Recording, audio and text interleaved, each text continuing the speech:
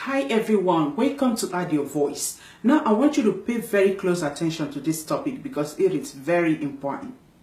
According to research, for a country to retain its tradition and culture for more than 25 years, it requires 2.11 fertility rate per family, that is 2 to 3 children per family. With anything less, that culture will decline.